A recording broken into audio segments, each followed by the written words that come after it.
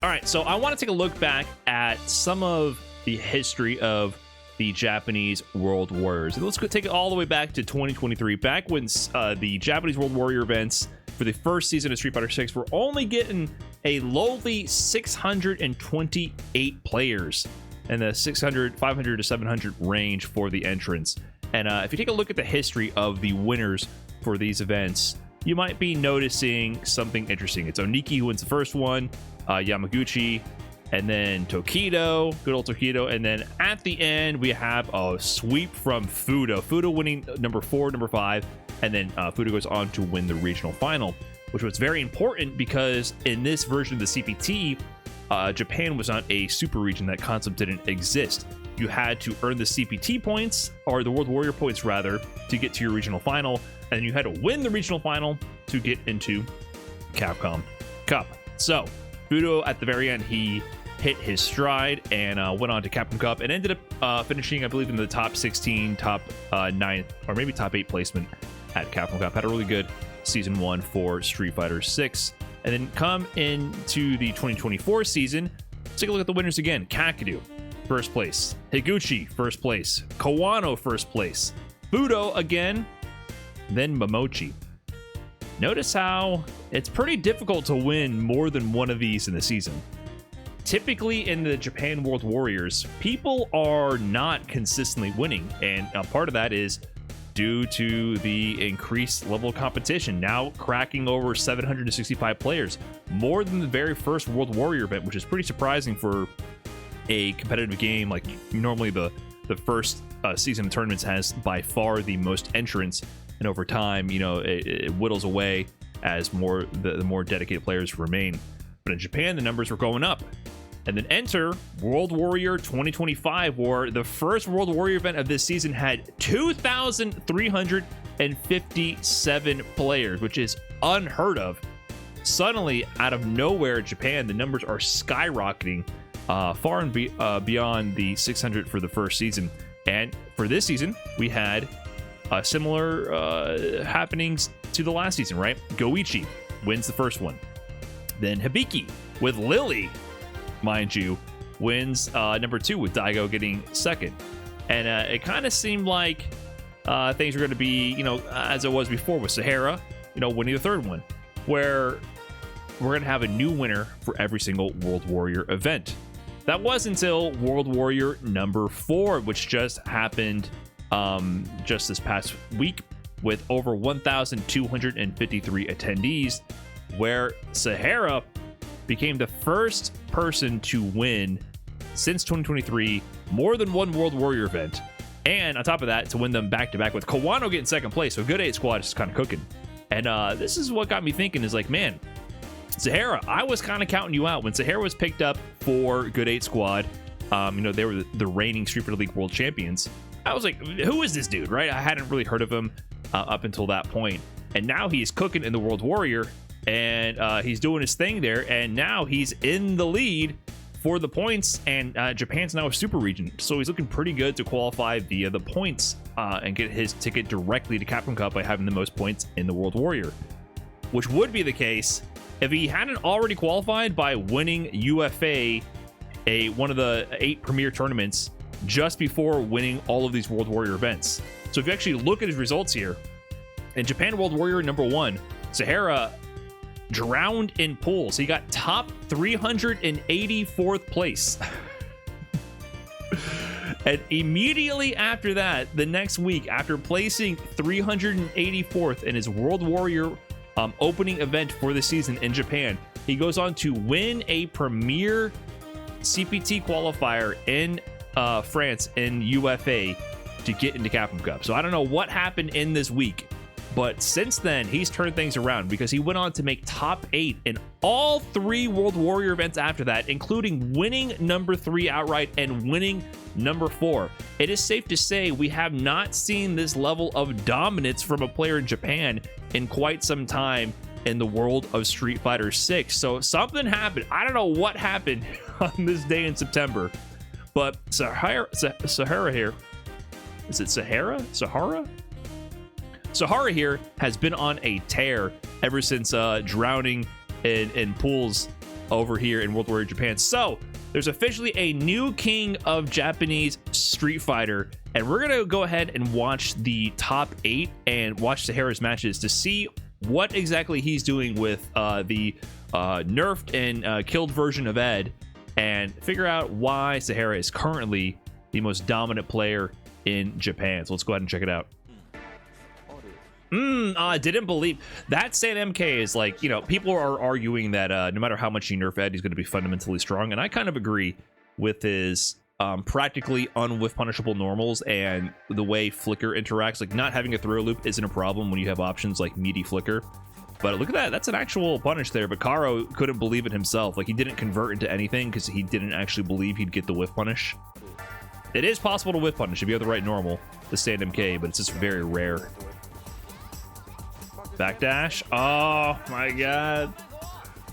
Yeah, flicker isn't that crazy? What a crazy move. Like, this backdash to avoid the sequence, avoid the tech throw, button into special just to try to take your turn back.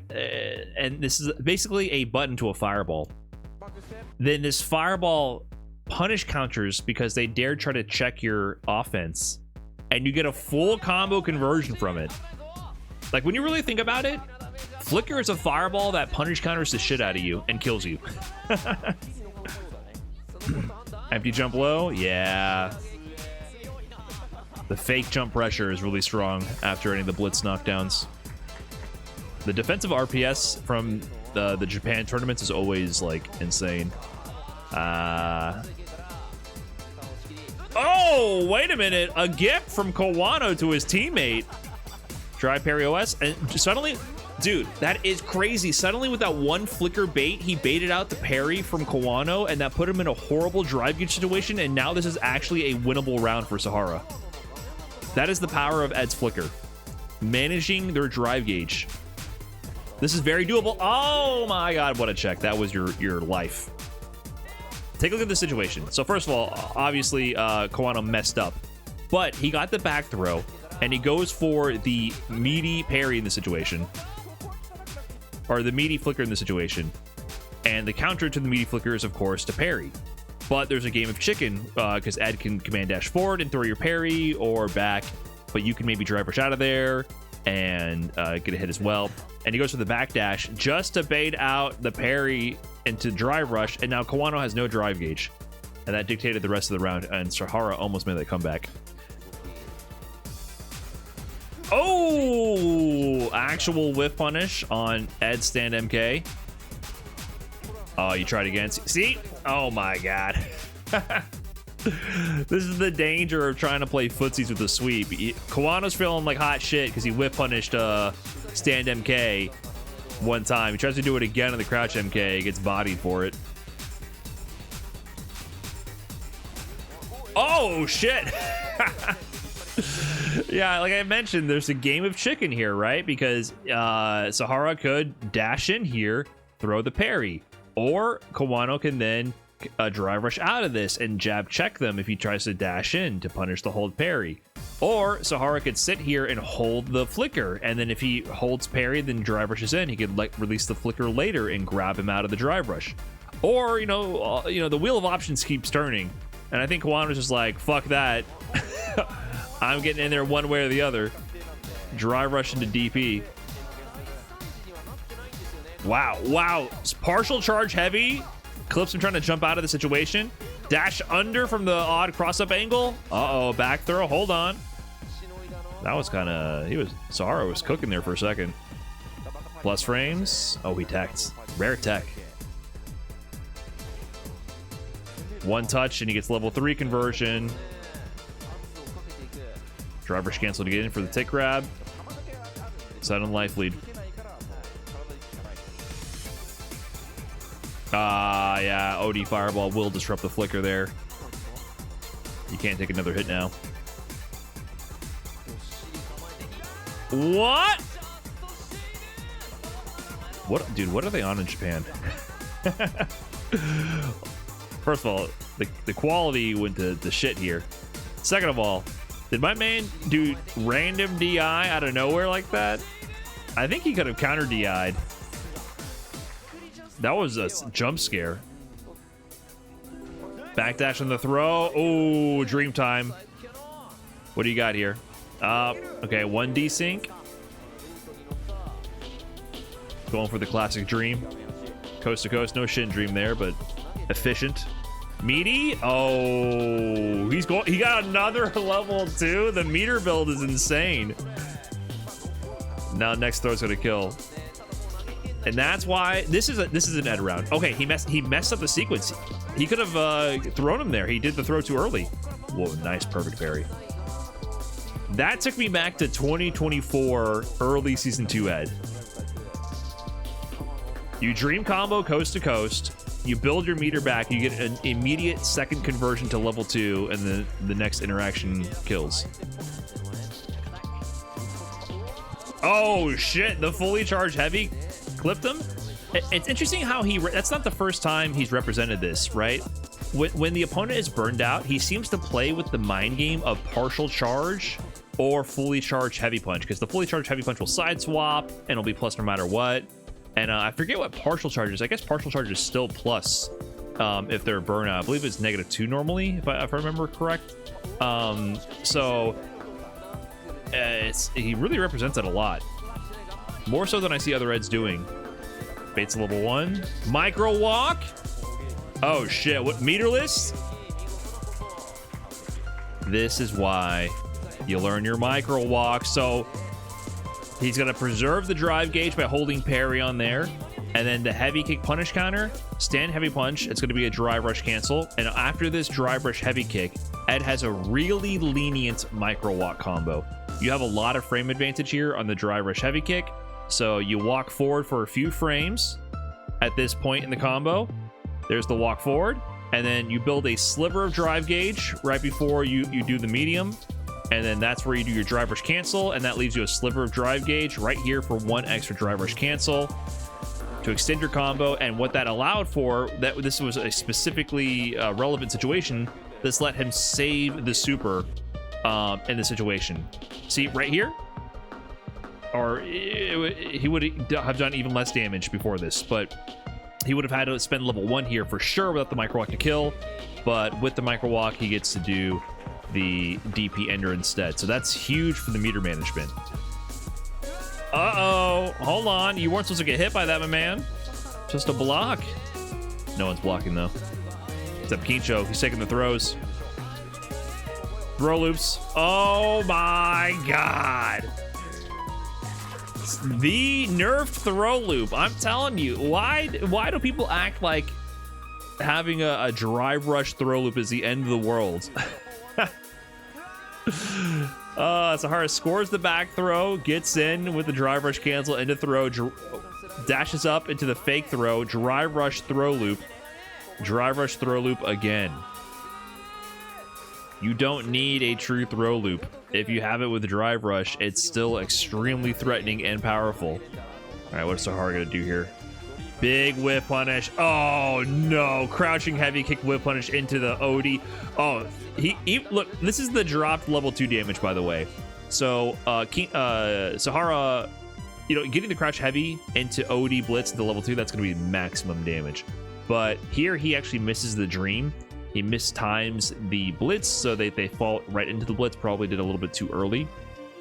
And basically what happens is this does even less damage than if you had done a basic level 2 non-dream combo. But even when you mess up, you salvage it by just throwing in a heavy DP there and just taking what you can get. Look how much damage it does even when you mess up. Not bad. Not bad. Your concession reward for dropping your dream combo is still really good. Drive rush jab, super strong option from Ed. Mid-screen safe jump. Look at the drive gauge situation. This is why the safe jump is so good, right? So Kincho's already kind of in a bad spot with his drive gauge, but he gets the drive rush jab conversion. Kincho is just about at 3 bars of drive gauge here. On the safe jump, you normally, heavy kick will whiff on crouchers. The stand heavy kick, this whiffs on crouching opponents, but because it's a safe jump, it lets it force you to stand block it here because you're standing fuzzy hurt box on a single frame there, and your drive gauge went from slightly above 3 bars to suddenly barely above 2 bars. You lose a drive gauge on that. And then he goes for a parry after expecting the next part of the sequence, and he gets thrown. Now he's at a bar drive gauge and in the corner. This is so bad. Oh, okay, calls out the backdash though. All right, he survived the situation. That could have been really bad for the drive gauge. What? Hold on. He goes for the kill rush. Damn, he committed to that. That is -4 or 6. I forget the frame date on this ender. Wow, he frame trapped him with that. Because he could have done command dash empty to throw, but he actually went for the punishable ender. Oh, he's playing with this timing. He's kind of cooking. Yeah, he's kind of cooking. That offense was crazy. Oh, wait. 4 whiffs in a row and not a single whiff punish. That's just Ed. Oh, no. Drive gauge. Where did it go? What happened? Oh, and this time he goes for the empty jump throw. Let's review this sequence. Hold on. Okay. This is the power of having the mid-screen safe jumps and depleting the drive gauge, and the dangers of using your drive rush cancel too aggressively. He put himself at a bar and a quarter of drive gauge on his offense, gets clipped into a level 2 routing, and here he sets up the blitz into the safe jump sequence. We saw earlier, if he blocks the safe jump sequence, he loses a bar of drive gauge, so he's going to be put into burnout if he blocks his safe jump. We already saw that. So on this one, he finally represents what I've been mentioning this whole time. He empty jumps into nothing. He sees Kincho attempt to parry, hoping he goes for the safe jump sequence to restore his drive gauge. He empty jumps, sees the parry, throws it. You're in burnout. Give me that. And now you got to fight in burnout. Flicker is Omega Plus. Nice dash. Ooh, he's got the Momochi dash, dude. This was a great dash. I love this option here. You know, Ed doesn't, he can crosscut, but his light DP is 10 frames. It's not really an option for him. So in this situation, rather than walk under and risk the crosscut, he simply just dashes out of it. Great awareness on that, and just whenever you build space between the opponent, Ed is at advantage. He immediately just presses stand MK also after that. Just great movement there from Sahara. Oh, the game of chicken. That is the worst option to pick, I feel like. Getting caught in the flicker game of chicken when you're at like a bar and a quarter like that, and then just letting it go, because the problem here is, yeah, you maybe survived this initial interaction and you didn't get immediately burnt out, but now that you're here like this and you let go of parry, you're stuck not building your drive gauge, and as soon as he forces you to block, you're cooked. I almost feel like he should have just drive rushed in, but he keeps finding the neutral jumps. Kicho has been playing good in burnout. Too much pressure. He couldn't afford to block there. I like this option here. So as soon as he got in, I mean, I feel like Kicho almost should have just level 1. As soon as he got in with the Superman punch, the button into level 2 into chip sequence, he was going to be damn near chipped out from this sequence. Even if he blocked that out. The chip damage Ed can rack up with drive gauge in level 2 is crazy. 3-0 Sahara over Kincho.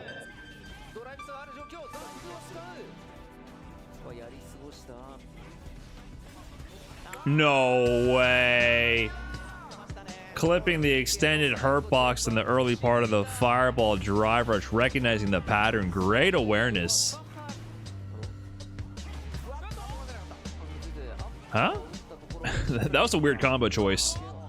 It's like he didn't believe that it was going to hit, then opted for a jab last second. He could have got like massive damage on that. That's kind of strange. Wow! Same idea, same situation. He's representing drive rush at a distance, using the also extended invincibility on the ODDP, just like the level 3, to make it so that Kawano just can't sit cozy and throwing these like 3/4 screen fireball sequences. DP? Oh, level 2. That is your fastest option, actually, out of the DP. The level 2 will pick up, it's really, I forget the exact frame, but I think it's 8 frames, or maybe, yeah, I believe it's 8 frames, level 2. So in this situation, it's just the most damage you can do. So level 2 will almost always pick up from light DP, and you get the combo conversion. So great awareness there from Sahara. Good pickup. Sahara won number 3, and he's back here in grand finals again, number 2. ODDP through the fireball. Sheesh, man, he did not represent any of this in the first set winners finals. Look at the awareness on the range here. That is so far away he did that from. Look at this. Look at this. Look how far away he is when Akuma starts the fireball. Akuma started the fireball when Ed is on this part of the screen. He walks into range, stands here for a second, sees the fireball, ODDP straight through it.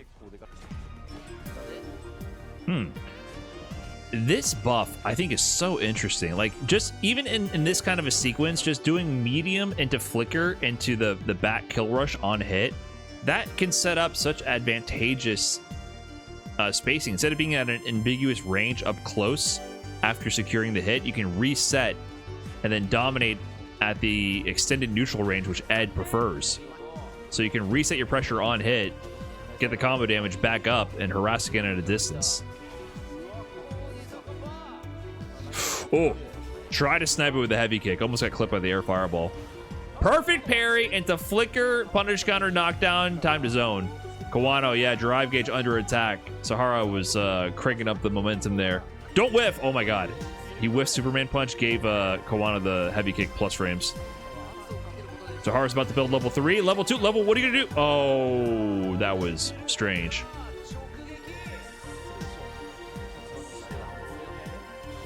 No way. My man just wakes up. He's woken up with level 3 like 4 times. I think that's the first one that worked. I mean, gotta keep him guessing. Nice, perfect parry punish on this. So this is also one of the nerfs they added to Ed. Even though this is technically a projectile, previously when you perfect parried the flicker, it didn't do a screen freeze. So you could still get punishes, but you have to do the drive rush. Perfect parry drive rush OS on a projectile. So this is one of the nerfs to help curb the power of flicker. It's still super fucking good, but now you have the screen freeze to plot your appropriate punish, as you can see here Kowano does for the corner carry. One of the slight weaknesses to add is like it's a lot more realistic to get these sort of drive rush cancels from crouching MK into the delay buttons, because Ed cannot do DPOS on drive rush cancel. Because his DP is slow, if they leave a gap with mediums, you can still block in time through his DP. So he can't reliably use the DPOS like a typical Shoto would. So you can get a little tricky with the mind games and do delayed drive rush into buttons to frame trap like a throw tech attempt or other options. Okay, Kawano kind of... Oh, no! Are you fucking kidding me? Do you see what I'm saying about this man, Kawano? He just says, you suck ass. Watch this. What was that? That is Kawano's style, dude. He's just like, dude, you're not good, and I'm gonna fuck you up. Watch this shit real quick. Are you kidding me? I got destroyed by this. What a sequence. Hold on, let's watch this back. The delay drive rush cancel into the DP. First combo touch, stagger medium frame trap into the conversion, into back heavy punch, into completely fuck up drive rush overhead. Oops, I put myself in burnout into demon.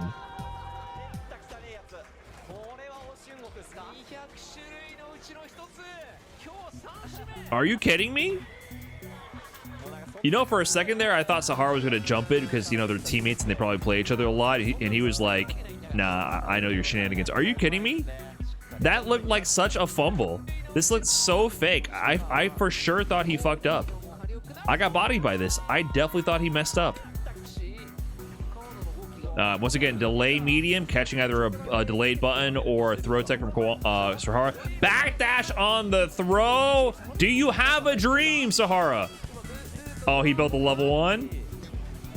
Just gotta bring it home. Just gotta bring it home. Yes, sir. Classic dream to level 1. This is why you need to have a dream. You're not building the drive gauge anymore, but the super meter is going up the whole time. You build the level 1. He didn't have the level 3. He wasn't gonna build it otherwise. That's how you get it done. Across the stage. Oh, whiff punish. Oh my god, look at the discipline in this interaction here. Just Kowano went for the preemptive shimmy punish, and Sahara just said, nah, I don't flinch. Immediate whip punish. Oh, DI reaction from Kowano. Sahara got a little too comfy. That's the first DI on the flicker we've seen, I believe. That's the second one. Kowano getting a better read on the flicker timings. Kowano tried to do that drive rush into DP shenanigan right there. I mean, it's always a risk because he can just release the flicker early enough to snipe the uncancelable frames of your drive rush. Then it's just guaranteed punish. Oh my god. Flicker, punish counter, massive damage in the corner. Next touch will kill. Oh, yeah, in that case, just DP out. Ooh, air fireball connects. Meaty ass drive rush towards heavy. Oh, the world's latest drive rush overhead. These kind of setups are so mean after this throw like this, because you expect already at this point, you expect to be blocking like a crouching leg kick or a heavy punch, right? Towards heavy. You expect to already be in block stun. And then suddenly they get in your grill, they get a little closer, and you're like, what's happening? Uh-oh. Immediate. Oh, I love that option. Jump, heavy kick. Oh, you're cooked, you're chipped. Oh my god, that was sick. That was sick. I love this response. What a recognition of the situation. Okay, so Kowano puts himself in a bad drive gauge situation immediately right here, right? And then puts himself in a horrible driver situation by burning himself out on this. Sahara recognizes this really fast and goes for drive reversal on the next interaction because it's safe and it doesn't matter what happens at this point, and he's going to preserve his drive gauge and stay above burnout. And if this lands, he can set up level 2 and he's going to be near chip range at this point. Great awareness to just say, fuck it, I'm going to drive reversal and throw out level 2 immediately. And then, of course, cover the air-to-air option. There's no escape. And then even if it picks up, he gets a combo and he's dead. And otherwise, he's going to get chipped. It doesn't matter.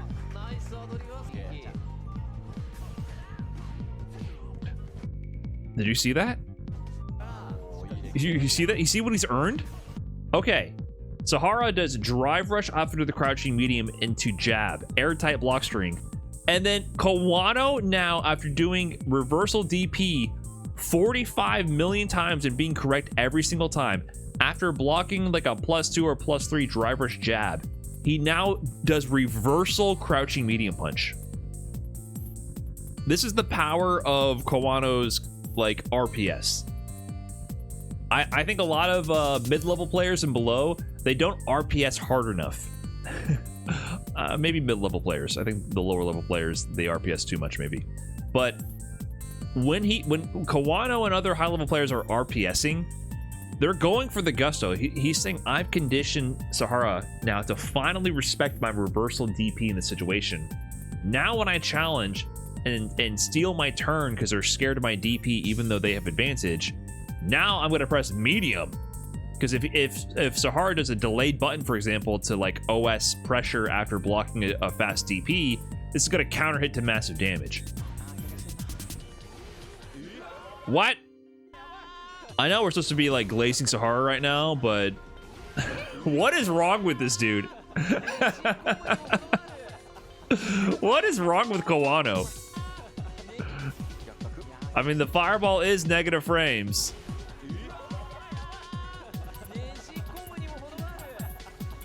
Reaction DI. Hold on, Kowano's a round away from going up to the final game of the tournament for him.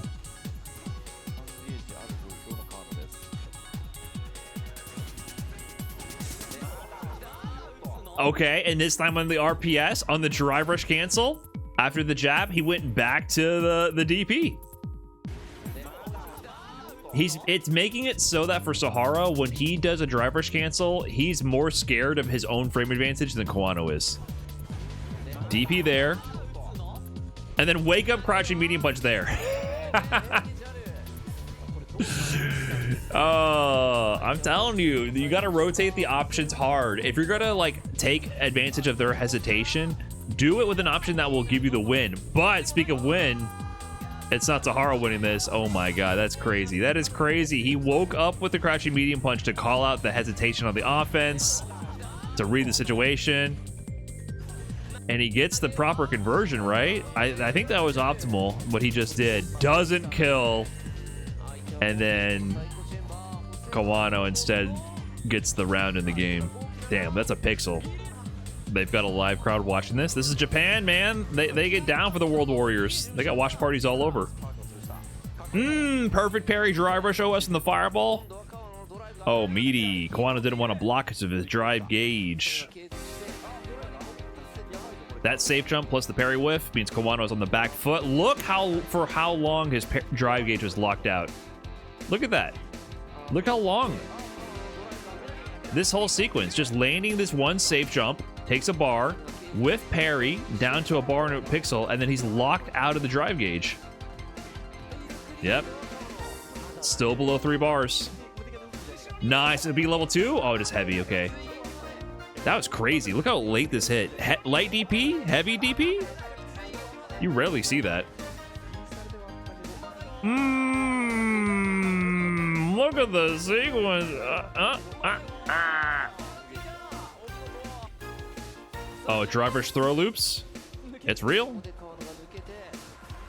Oh, fuck. I don't think this worked out the way Sahara wanted at all. What happened here? Perfect parry on the fireball into what he thought was a drive rush check on Kowano, as he sees Kowano also going green behind the fire. There's too many layers here, man. It looks like a typical fireball driver sequence. Sahara's like, aha, I have perfect parried the fireball. I see that you're attempting a drive rush behind it. I will check your drive rush with my crouching light kick drive rush cancel into a full combo and win the game. Meanwhile, Kawano is like, yeah, I planned this all along. I knew you would perfect parry the fireball and attempt to check my drive rush, so I did drive rush into adamant fist to halt my momentum and to bait your whiff. And he happened to be pressing a light into drive rush cancel, which makes it so that even on whiff, the drive rush cancel comes out. So he gets, instead of a drive rush cancel check into killing and winning the game, he spends 3 bars to get counter hit by the world's fattest adamant fist into a combo conversion for Kawano into the CA. Ouch. That's your reward for perfect parrying the fireball.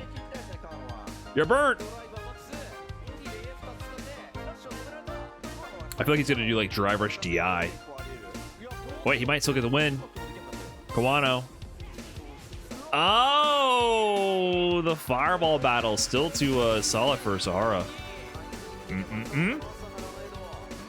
Counter hit. Kawano should have gone back to the DP. You failed the RPS check. Sahara's not scared. He'll eat the DPs. That's why your DPs have been landing every time, because he just doesn't care. If anything I'm learning, baiting uppercuts is for the weak.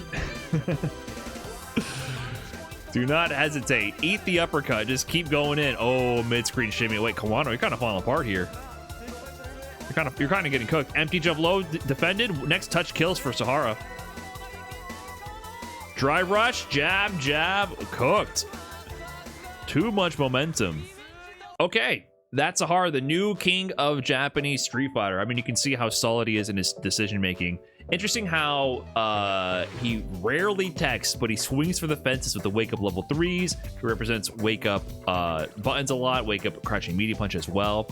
His defensive RPS is really, really strong and rewarding, right? That's something I can take away from that is if you're gonna reversal, make it a commitment that's going to be rewarding enough to warrant the risk. Strong neutral control, good movement, and he's the guy to beat right now. Like I mentioned before, he's playing just for the love of the game. He's already qualified into Capcom Cup, but at the same time, he's dominating the leaderboard. So we're going to see Sahara at Capcom Cup. He might be one of the players to look out for. And we still don't know who the final 2 players who are going to qualify out of this CPT. It's wide open. because there's only one more World Warrior remaining in Japan. Whoever takes that can jump the leaderboard for sure and get the auto qualifying spot, and then you still have the regional finals as well. So it'll be interesting to see where this all shakes up in the end. But currently, Sahara, he's the guy to look out for. When is the last World Warrior? It's got to be soonish. It's interesting how Japan has them all at the end. In January, wow. I don't know why the rest of the world like races to finish all of the World Warriors before December, and then Japan is just like coasting all the way until January.